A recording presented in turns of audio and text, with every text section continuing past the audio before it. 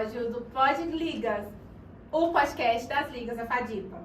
No programa de hoje abordaremos um tema de extrema relevância social e jurídica, a importância do julgamento com perspectiva de gênero e raça. Uma abordagem essencial para a efetivação dos direitos fundamentais e para a construção de uma justiça mais igualitária. Meu nome é Daniele Martins e eu sou vice-presidente das Ligas da FADIPA. Em um país marcado por profundas desigualdades estruturais, discutir gênero e raça no âmbito do judiciário não é apenas uma questão teórica, mas uma exigência constitucional, democrática e humanitária, que impacta diretamente a vida de milhares de pessoas. Eu sou a Maria Eduarda, presidente da LAFAD, e vamos para mais um episódio. Para tratar desse tema com profundidade e sensibilidade, hoje recebemos aqui no Pod Ligas doutora Maria Neta, especialista e uma advogada com notório conhecimento na área, que eu particularmente sou muito fã. Seja muito bem-vinda, doutora, que esse episódio seja extraordinário com a senhora. Obrigada. Seja muito bem-vinda e muito obrigada por aceitar participar. Eu que agradeço. Aí eu gostaria que a senhora falasse um pouquinho, assim, por cima do que a gente vai falar hoje. Então, boa tarde, bom dia para quem estiver assistindo. Olá a todos. É uma grande satisfação falar de um tema que é fundamental para nós, mulheres. A gente precisa fazer esse recorte de gênero. E é fundamental para nós, enquanto mulheres negras, porque é algo que impacta diretamente a nossa experiência como sujeito. E como sujeito e sujeitas de direitos, que têm os direitos fundamentais altamente impactados pelas desigualdades e opressões históricas, falar sobre o protocolo de perspectiva de gênero e raça do CNJ e também o protocolo com perspectiva racial é algo que pode mudar, o curso de várias histórias, não só a nossa, mas de todos aqueles que batem, a porta do judiciário, todos os jurisdicionados e jurisdicionadas que têm a sua vida ali atravessada pelo direito. O que significa, na prática, para a senhora, julgar com perspectiva de gênero e de raça? Bom, o que significa, para mim? É considerar que as pessoas não partem dos mesmos lugares. E é algo que durante muito tempo o direito quis nos convencer que a imparcialidade, essa imagem da justiça que tem uma venda, da deusa que tem uma venda, fez com que nós acreditássemos durante muito tempo que a justiça deveria ser cega e imparcialidade. Só que a gente não pode esquecer que a gente tem uma Constituição, como a nossa Constituição de 88, extremamente garantista, que garante para nós que seja efetivada a igualdade material. Então a neutralidade é um ponto, que é pensar que todos partem do mesmo lugar. A igualdade material é a gente considerar o ponto de chegada. Então, para a gente entender a importância e a grandiosidade de ambos os protocolos, porque aqui a gente está falando de dois protocolos, um de 2021 e um de 2024. 2021, gênero e raça, CNJ, e perspectiva racial de 2024. Ambos esses protocolos, que são diretrizes, que são nortes, que devem ser aplicados por todas as instituições, Ministério Público, Poder Judiciário, nós, enquanto advogados, operadores do direito, fundamental que a gente leve em consideração essas diferenças e essas estruturas. Então, quando a gente fala de julgamento com perspectiva de gênero, a gente está falando do gênero feminino. E por que é importante a gente falar do gênero feminino? Porque as mulheres, elas vivem desigualdades e opressões de diversas maneiras. Então, quando a gente fala mulheres no plural. Então, pensando nessas desigualdades estruturais, a gente pensa do sexo biológico, como a mulher nasce, o gênero, que é como socialmente ela se apresenta. A gente pode pensar marcadores como classe, que é um outro marcador que faz a diferença ao bater nas portas do judiciário. A gente pode pensar orientação sexual, a gente tem que pensar na população LGBTQI+. A gente pensa escolaridade, porque são diversas, mulheres das mais diferentes escolaridades. A gente pode pensar origem, mulheres do sul, mulheres do norte, nordeste, centro-oeste. Essas mulheres vivem as opressões de gênero das maneiras mais diferentes possíveis. A gente não pode comparar uma mulher de São Paulo, por exemplo, capital, com uma mulher ribeirinha, do norte do país, de uma cidade no interior do Pará. São mulheres atravessadas pelo direito das mais diversas formas. Então a gente pensa gênero, a gente pensa raça, a gente pensa escolaridade, a gente pensa etnia, A gente pensa deficiências no plural, né? São diversas as deficiências físicas, as intelectuais.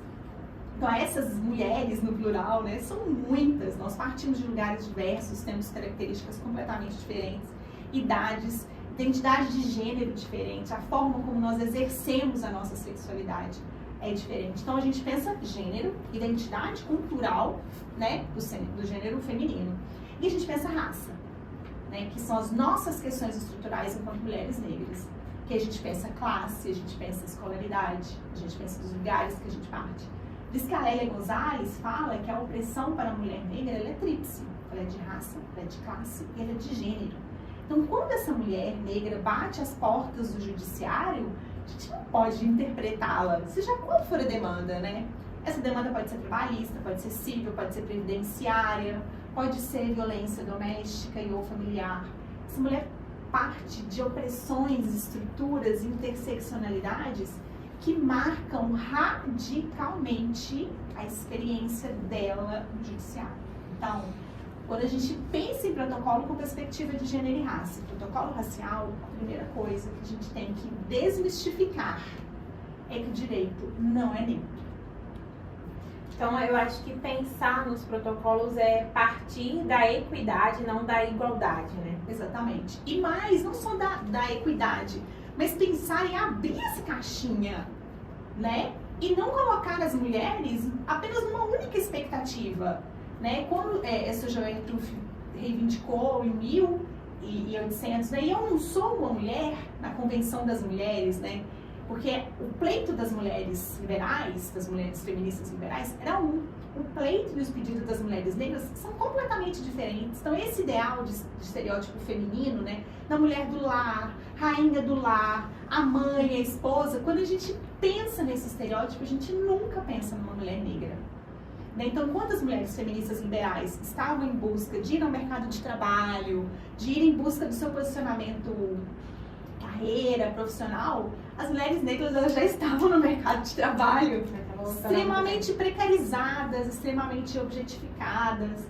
Então, são pleitos bem diferentes. Então, quando a gente fala da importância do protocolo com perspectiva de gênero e raça e o protocolo com perspectiva racial, que a gente pensa na perspectiva da comunidade negra como um todo, homens e mulheres, em suas diversas identidades, e gênero, mulheres negras, gênero e raça, a gente tem que pensar essas complexidades. Então, quando a gente pensa em protocolo, a gente tem que abrir a caixinha e não fechar. E pensar que esses marcadores e essas opressões atingem as mulheres das mais diversas formas. E o judiciário precisa considerar essa realidade. E doutora, você comentou até no início sobre a Constituição, mas onde a gente consegue encontrar no nosso ordenamento jurídico respaldo para o julgamento com perspectiva de gênero? O primeiro é constitucional, né, da igualdade formal e material. O Brasil ele é signatário de várias convenções, né? O CEDAW é uma delas, que inclusive adicionou a interseccionalidade na nossa convenção. O Brasil adotou, né, via decreto, a adoção dessas convenções. Então a gente encontra tanto na Constituição, como nas diversas convenções internacionais, né? A Convenção de Belém do Pará, o CEDAW, todas as convenções que o Brasil é signatário, mas o protocolo. Então, o protocolo, ele é muito didático e tem conceitos. Então, quando você baixa o protocolo em PDF, lá tem conceito de gênero, conceito de sexo, conceito de raça, interseccionalidade. E lá é respaldado, né? Então, o grupo que compôs, né? O grupo de trabalho que compôs o protocolo com perspectiva de gênero é formado por profissionais das mais diversas áreas, penal, civil, trabalhista. E essas mulheres, todas, homens, que participaram dessa comissão, eles fizeram todo um estudo. Então, academicamente, o protocolo ele é bem fundamentado, né? Então, tem a estrutura do protocolo que diz exatamente quais são os conceitos, como aplicar, né? Então, lá no protocolo tem toda a determinação de como aplicar o protocolo, e ele é um norte, né? Então, não é algo que é muito importante da gente falar, sabe? Que o protocolo não é ativismo jurídico, não é ativismo político, não é militância e não é algo das mulheres, porque somente nós, sozinhas, nós não promoveremos a mudança. Nós precisamos de aliados. Sem aliados na luta, a gente não consegue avançar. Então, temos o ordenamento, então o protocolo está lá, prontinho, ambos, a gente está falando sempre em dois, né? Então, lá tem toda uma estrutura própria de orientação, de trabalho, e temos a Constituição e também, a depender de qual é a causa, se é civil, se é trabalhista, se é penal, você pode usar, né, os direitos e garantias fundamentais para poder fundamentar sua peça, sua decisão, recurso. A ausência dessa perspectiva pode reproduzir injustiça em decisões que formalmente parecem corretas? Com certeza. E como? Porque nem sempre um resultado de uma sentença ela consegue corrigir desigualdades estruturais. Então, vamos pensar, vamos fazer um exercício imagético como se fosse uma linha de produção. Os processos, eles não podem entrar e sair da mesma forma. Porque se eles entrar e sair da mesma forma, ali não está sendo feita justiça. Então, vamos pensar numa mulher vítima de violência física, violência de gênero. Essa mulher, quando ela bate as portas do judiciário, geralmente ela está hipervulnerável. Então ela está numa situação que economicamente ela não tem para onde ir. Ela não tem como sustentar seus filhos. E uma mulher economicamente vulnerável, a depender da medida protetiva, essa medida não vai ter eficácia. Porque essa mulher ela vai voltar para o território da violência. Né? Muitas vezes o homem ele é o provedor dessa casa. E aí quando a medida é fixada, eles ficam sem prover nenhum recurso. Então, muitas vezes, as mulheres pensam, olha, eu vou denunciar meu marido e ele vai perder o emprego, ele não vai colocar mais dinheiro em casa, como é que eu vou sobreviver, como é que eu vou, né, cuidar dos meus filhos. E a gente tem que abrir essa perspectiva. Porque a gente não pode pensar só em classe. Essas mulheres de classe mais baixa, mulheres que moram nas regiões periféricas que sofrem. Não! Mulheres de classe média alta também fazem esse cálculo. Porque elas pensam o seguinte, se eu expor o meu caso, né? Expor que ele me bateu, expor que ele praticou uma violência, ele não vai ter espaço mais no trabalho dele. Ou ele vai ser mandado embora, ele vai vender menos se ele for empresário. Então a mulher faz esse cálculo. Quando ela faz esse cálculo, ela pensa, meus filhos vão ficar prejudicados. Eu ficarei prejudicada, porque economicamente eu dependo desse marido. Então se essa decisão não levar em consideração, por exemplo, essa mulher tem como prover sua própria subsistência, tem como manter seu padrão de vida, né? Essa mulher vai voltar para onde? Ela vai para um hotel, familiares vão acolher. Então não adianta a gente produzir uma medida protetiva de urgência maravilhosa, entregar para essa mulher e ela vai olhar e vai falar assim, tá, e agora eu vou para onde? Então se o protocolo com perspectiva de gênero não olhar para essa mulher e pensar, bom, ela mora numa região periférica, ela tem como ir para uma outra região, ela tem como ela ir para uma outra cidade.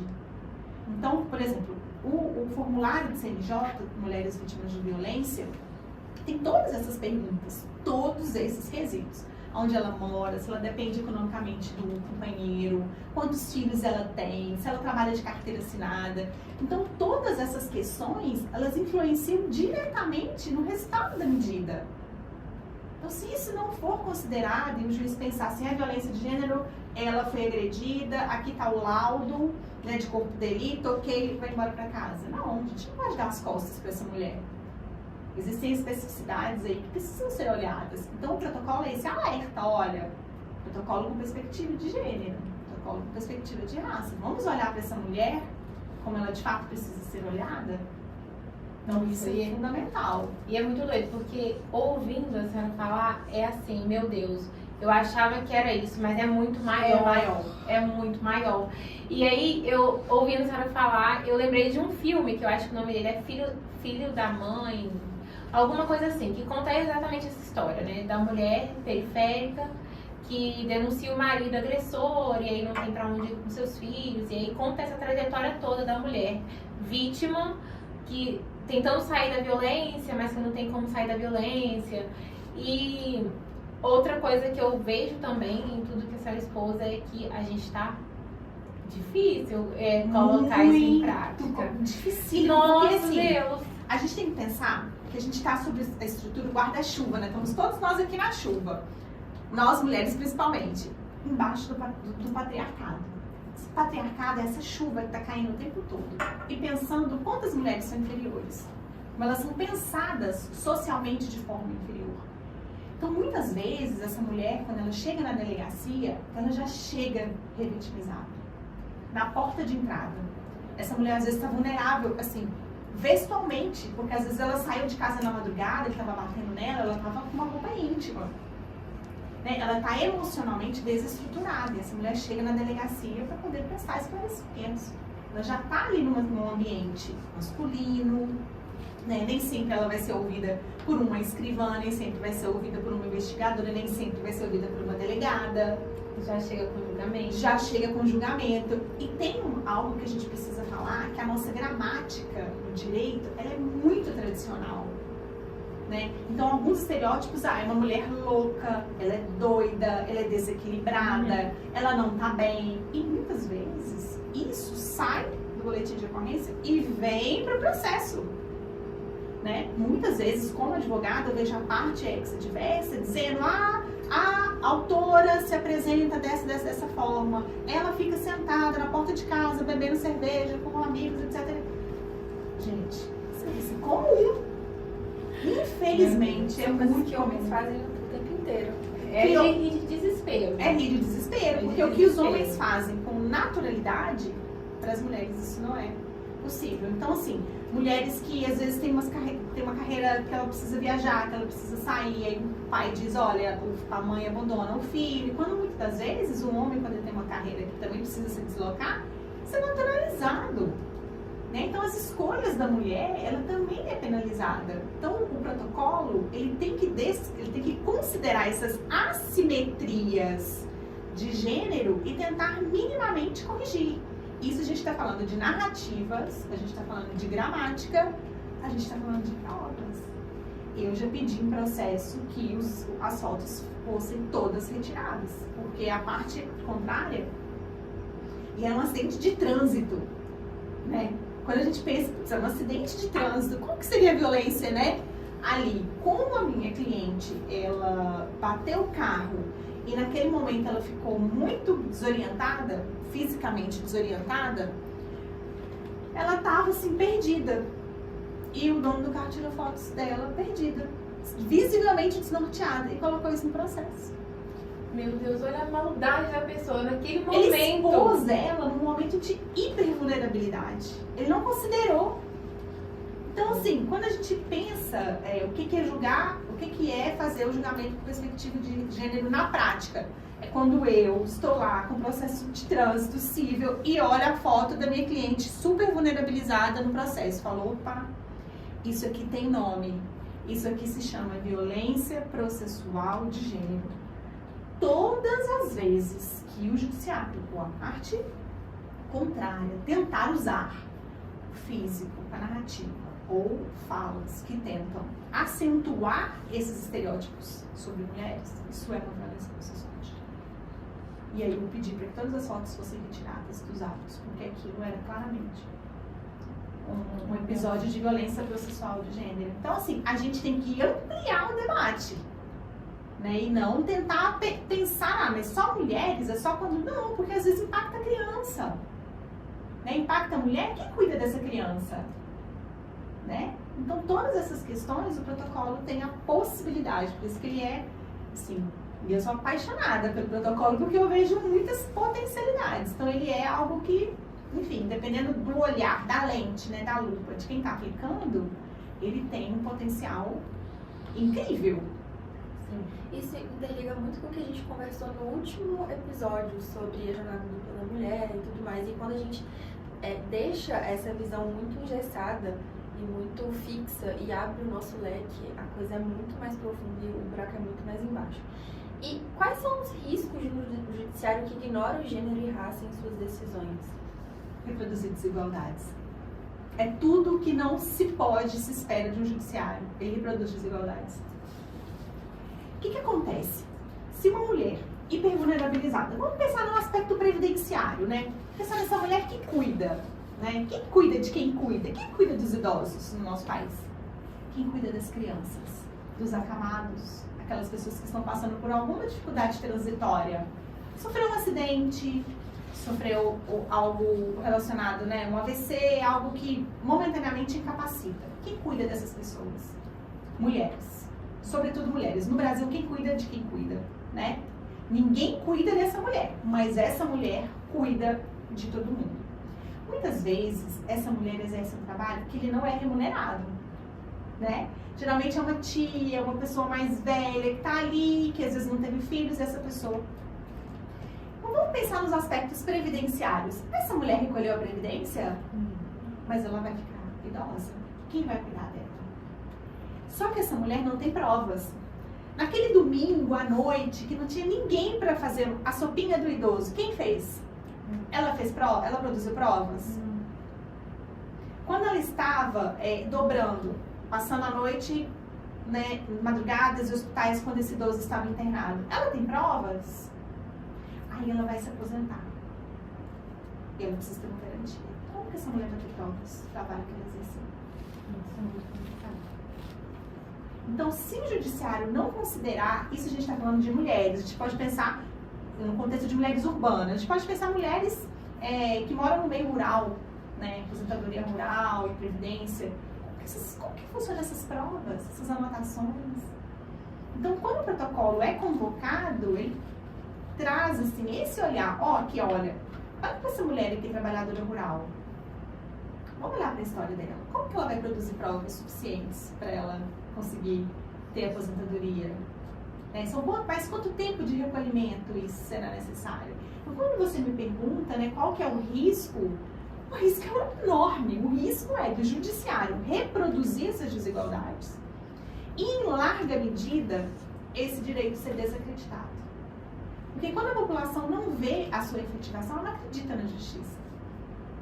Né? Porque o que está acontecendo de forma fática, se o judiciário não reconhece, né? Então esse direito ele é muitas vezes desacreditado justamente por ausência desse olhar. Muitas vezes essa mulher, ela é cuidada e ela está extremamente precarizada, porque se não tiver esse olhar atento, alguém que esteja recolhendo a previdência, minimamente cuidando assim, desse mínimo existencial, porque quando a gente fala de previdência, a gente fala de mínimo existencial, né? A gente está falando de direito fundamental e mínimo. Muitas vezes essas mulheres não têm nem o mínimo. Por isso que é tão grave essas reproduções da reprodução da reprodução. E são desigualdades estruturais e estruturantes. Então você pode pensar ao longo de décadas, né? 10, 20, 30, essas desigualdades vão se sobrepondo. E aí fica esse distanciamento, um ciclo completo. Continuando, doutora, quais são os exemplos de aplicação do protocolo nas diferentes áreas do direito? Perfeito, porque agora a gente vai pensar o protocolo na prática, né? No dia a dia, como que a gente vai utilizar, né? Estando ao lado, o computador está aqui e o protocolo está do lado. O primeiro, na violência doméstica. A gente tem que compreender o ciclo da violência. São no mínimo 7, segundo os estudiosos que estudam na violência doméstica, são 7 vezes em que essa mulher passa pelo ciclo e ela reproduz o ciclo da violência, que é a agressão, o perdão, a lua de mel e a nova agressão. Então ela vai passando por essas diversas. Então, se a primeira vez que acontece, se a equipe não estiver preparada e entender como que o ciclo da violência doméstica funciona, essa mulher vai ser desacreditada. Como muitas vezes infelizmente, os nossos números de feminicídios são altíssimos. E a gente encontra aqui as respostas. Porque muitas vezes essas mulheres são desacreditadas. A gente tem que pensar aqui, na violência doméstica, a questão da desigualdade de classe. Né? Como que essa mulher está economicamente? Ela tem condições de prover seu próprio sustento? Ela não tem? Ela precisa de um auxílio? Ela tem como ela ir para um hotel, para casa de parentes? Então, na violência doméstica, a gente pode pensar nesse sentido. No penal, a gente pensa a questão da seletividade penal. Quem é o suspeito? Quem é o rosto suspeito? Né? É o rosto dos homens negros. Eles são tidos como suspeito. Eles que preenchem ali todos os requisitos da seletividade penal. Então, se a gente não tiver o protocolo com perspectiva de raça na seletividade penal, esse homem vai ser confundido, a identificação falha, porque são, mas eu acho que é parecido com ele. Tava à noite, não lembro exatamente, mas eu acho que parece. Quando é estrutural, né? É estrutural. Porque o racismo estrutural, ele depende da intenção. Né? Muitas vezes eu escuto isso, né, no escritório, porque eu trabalho com perspectiva racial. Ah, não, doutora, mas eu não tive a intenção de cometer o crime de injúria racial ou racismo, mas ele não precisa de intenção, ele tá ali. O racismo estrutural e o racismo institucional, ele independe da intenção do agente. Né? Ele está colocado ali nas relações, no olhar, na subjetividade, no desacreditar o outro. Então, o protocolo aqui, com perspectiva racial, na seletividade penal, tem um impacto enorme. No trabalho, significa a gente entender o assédio e as assimetrias de relações de trabalho. Geralmente, os homens ocupam o topo, né, desse lugar hierárquico. Então, muitas das vezes, o assédio está ali operando no ambiente de trabalho. A gente não considerar isso assédio sexual, assédio moral, é fundamental que essa mulher tenha esse protocolo, essa aplicação, porque senão ela vai entrar e sair muito pior do que ela entrou, né? Porque se isso não for considerado, as questões do ambiente de trabalho, com quem ela trabalhava, do próprio ambiente em si, a forma como esse assediador, né, se portava perante ela. Então, no direito do trabalho, essas desigualdades também se manifestam. No direito de família, a gente pode pensar como que as mulheres elas são punidas antes mesmo de pensarem em registrar um boletim de ocorrência, né? Por outras mulheres, às vezes, acontece. Nossa, tem certeza que você vai denunciar? Ele é o pai dos seus filhos, né? Ele é um bom... O que a gente escuta, né? Que eu escuto bastante. Mas ele é um bom pai. Ele é um homem trabalhador, né? Como se ele não fosse um assediador, um agressor de mulheres, né? No previdenciário, a gente pensa nas questões do cuidado, das tarefas de cuidado. Em todos eles, o eixo é o mesmo. Análise do contexto que essas mulheres estão inseridas, as linguagens, né? A gente tem que ser responsável pela linguagem pela qual a gente se refere a uma outra mulher que está ali numa situação de vulnerabilidade. E pensar como essa mulher opera ali dentro do sistema. E olhar para ela mesma, porque a ela é destinado o protocolo. Esse olhar com mais cuidado de mulher para mulher, a senhora sente que ele vem crescendo? Porque eu acho que o julgamento entre as mulheres mesmo, ele é muito. E a gente vê isso na internet, assim. Normalmente, quando uma mulher está sendo super julgada, é por outras mulheres também. E a senhora vê que isso vem mudando com, tipo, o protocolo, com o combate a algumas falas que são problemáticas?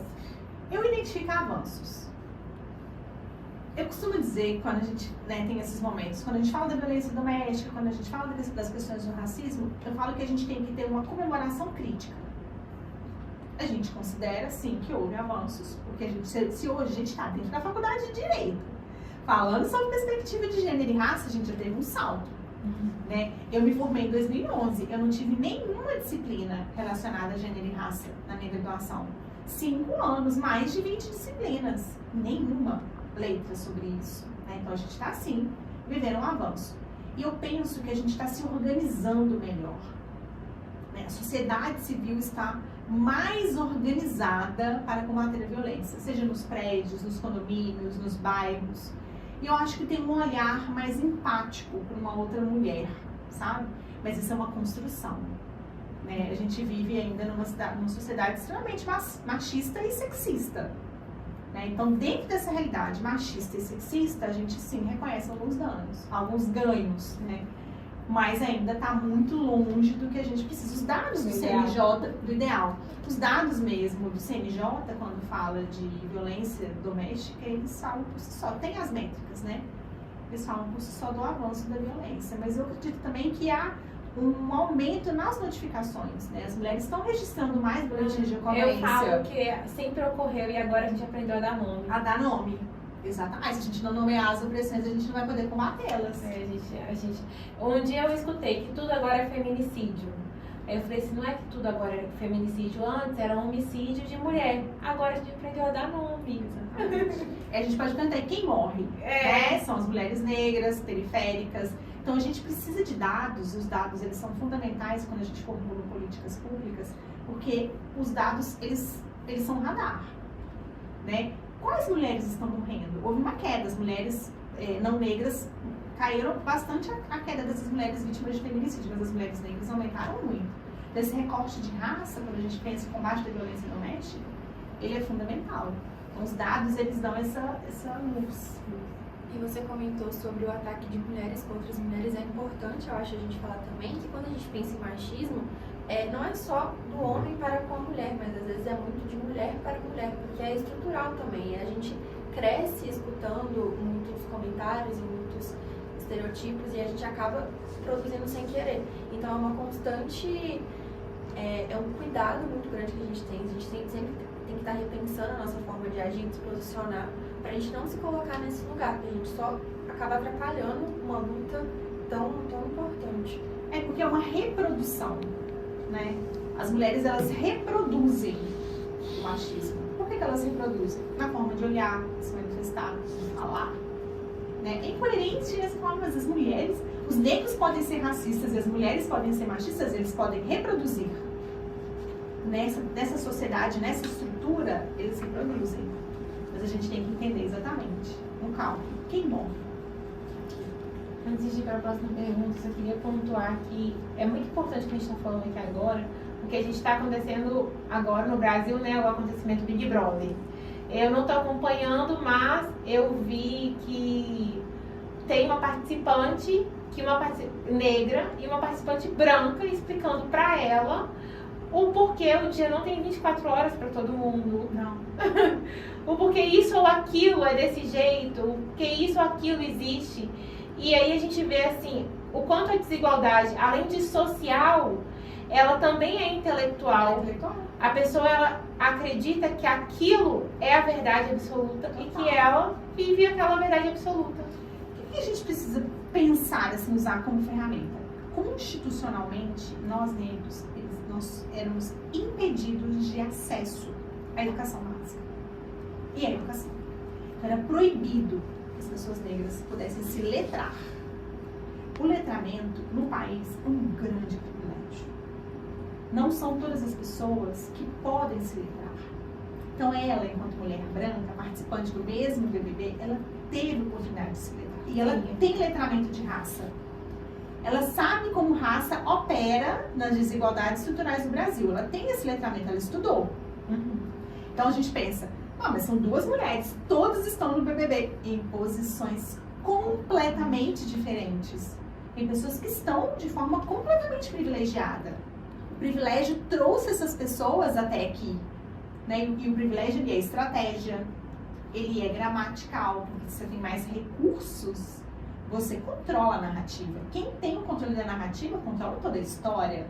Né? Então, qual é o risco dessa mulher branca sair como uma heroína? A mulher salvou essa mulher, outra mulher negra, que ela é letrada, e a outra ser considerada, né, e objetificada como, em sua maioria, as mulheres negras são. E aconteceu um outro episódio com as mesmas participantes, que um outro cara, eu vi por cima, mas um outro cara usou uma analogia falando que ela estava agindo como empregada, que a outra era patroa dela, porque ela estava... Um negro também colocando a mulher negra como empregada e a mulher branca como patroa, que ela era submissa. Sim. A Ana Paula, né, que é a participante branca letrada. Isso. E aí a gente para pensar, será que se fosse o contrário, será que seria utilizado esses termos? Eu acho que não. Jamais. Não. Aí a gente tinha discussão na internet mesmo sobre o quanto ele mesmo está propagando, reproduzindo uma coisa com racismo estrutural. Tenta combater. Porque essa figura da mulher branca patroa, da mulher negra empregada, estruturalmente, ela se manifesta no tempo. São quantas gerações de empregadas domésticas, filhas de empregadas domésticas, netas, bisnetas, tataranetas de empregadas domésticas. Quantas gerações de patroas que teve? Mãe, vó, tataravó, patroas, donas de escravos. Então, se a gente for a fundo, a gente vai descobrir e chegar, em várias gerações, uma ela era dona, a outra era escrava. Então, essa desigualdade, de certa forma, ela vem se reproduzindo nesses estereótipos. Por isso que é importante a gente pensar e reconhecê-los até para a gente entender de que ponto que a gente parte. Né? Então, no judiciário, essas duas mulheres que estão no BBB, elas vão pedir uma ação de guarda dos filhos. Você acha que o judiciário vai ver essas mulheres da mesma forma? E outra, quem tem dinheiro para pagar o melhor advogado? Quem tem dinheiro para pagar as custas? Quem tem dinheiro para produzir as melhores provas? Quem tem dinheiro para recorrer recurso no Brasil é um privilégio, gente. Tem que ter dinheiro para pagar custas para recurso. Então, tudo isso, quando a gente pensa em desigualdades estruturais, uma mulher negra e uma mulher branca, isso vai se reproduzindo. O acesso a tudo, por isso que o protocolo vem, ele é tão necessário, ele é tão urgente, porque ele olha para essas duas mulheres e vê as diferenças delas, e vendo essas diferenças, corrige essas assimetrias. Que spoiler na cabeça. Mas assim, ó. E, atualmente, o que impede a consolidação do julgamento com a perspectiva de gênero e raça no Brasil? Pode falar a verdade? Pode. Por favor. Há resistências, muita resistência. Aí vocês me perguntam, igual aquele filme, vejo fantasmas. Sim, por todos os lados. Há resistência por todos os lados, a gente precisa reconhecer isso. O direito ele é muito tradicional. Nem todos os tribunais de justiça estão realizando capacitação de protocolo de perspectiva de gênero e raça. Nem todos os magistrados e magistradas estão dispostos a aplicar o protocolo. Fora isso, a gente tem que pensar que a capacitação não é só para magistrado e magistrada, serventuário, equipe de justiça, Ministério Público, Defensoria, OAB. Então, todos esses órgãos e instituições responsáveis pela promoção da justiça precisam quebrar essas resistências e adotar o protocolo com perspectiva de gênero. Então, assim, é um direito tradicional, formação contínua, porque se a gente não promover ciclos de discussão, debates, entender como isso funciona na prática, não vai ser aplicado, vai ser algo abstrato. Nossa, protocolo com perspectiva de gênero, o que é isso?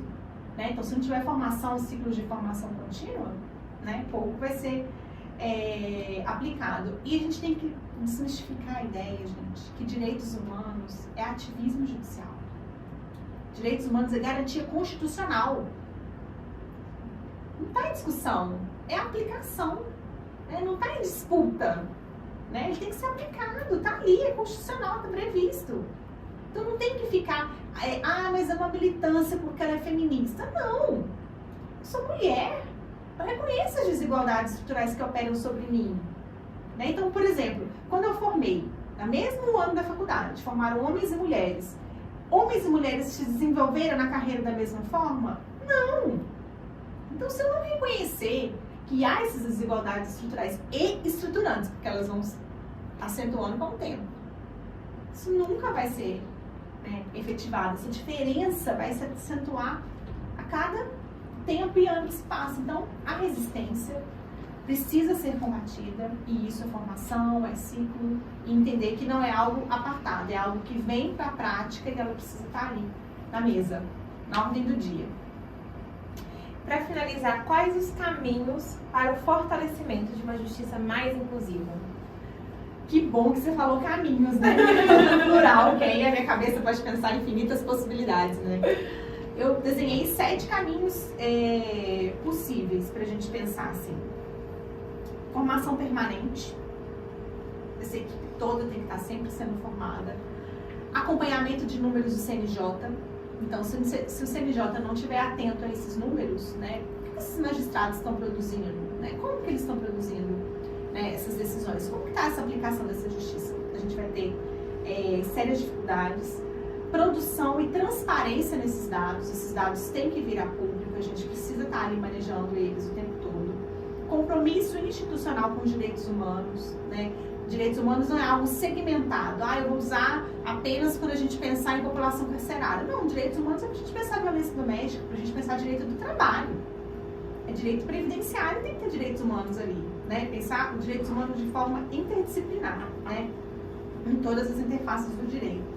E pensar esse controle social no termo do diálogo, né? Isso que a gente está fazendo aqui, né? Enquanto sociedade civil, enquanto instituição, enquanto faculdade, promover esse debate, trazer isso para o assunto, né? Para a ordem do dia, para a gente pensar o quanto que é fundamental a gente estar ali falando sobre essas desigualdades e assimetrias de gênero e raça. Não, sem dúvida, tem muita coisa para pensar. E eu fico pensando assim, no nosso mundinho, o quanto ainda a gente tem que avançar, né? Mas eu acho que finalizamos em grande estilo. Que bom. Eu só tenho a agradecer, doutora. Eu já falei antes que eu sou uma fã E eu sou fã de verdade, eu sou aquela pessoa que fala assim, nossa, doutora Maria Neto. Obrigada. E agora ela tá aqui de Eu frente de pra prova mim. que é verdade. Aham, doutora Maria Neto, meu Deus do céu. Então, a gente só tem a agradecer por você ter nos permitido, né, compartilhar, assim, de tanto conhecimento, de ter aceitado vir ao Pod Ligas. E sem dúvida será um ganho não só para nós, que foi hoje um ganho, uma coisa que eu vou levar para casa e vou refletir com certeza. Será um ganho para todos os alunos e todo mundo da comunidade que vai poder ver esse episódio. Então, muito obrigada, de verdade. Eu que agradeço. Eu queria fechar para pensar algo que, assim, eu acredito muito, e se eu não acreditasse, eu não estaria aqui, que o direito, ele é objeto de transformação social. Ele é meio. Então, a gente precisa acreditar nisso. Então, olhar o protocolo com perspectiva de gênero é a gente ver, é a gente olhar e é transformar. Então, se a gente não acreditar de fato que o direito está ali e que ele pode mudar trajetórias, pode mudar vidas, a gente fica um pouco perdido, acha que é algo distante, desconectado, mas não. Então, a partir do momento que a gente escolhe olhar, ver, né, reconhecer que há uma diferença ali, que ela precisa, de alguma forma, ser impactada pelo protocolo, a transformação opera ali. E eu acho que é isso que nós, juristas, temos de melhor para entregar para a sociedade, é a transformação social. Sim, eu acho que é um debate extremamente importante, muito enriquecedor e que não pode parar aqui. Não, Tem ele não que ser vai. levado. E não vai. Não vai. Julgar com perspectiva de gênero e de raça não é privilégio, nem exceção. É uma exigência constitucional e democrática. Então, a gente agradece por vocês terem assistido mais um episódio do Pod Ligas e esperamos vocês na próxima. Tchau! Tchau!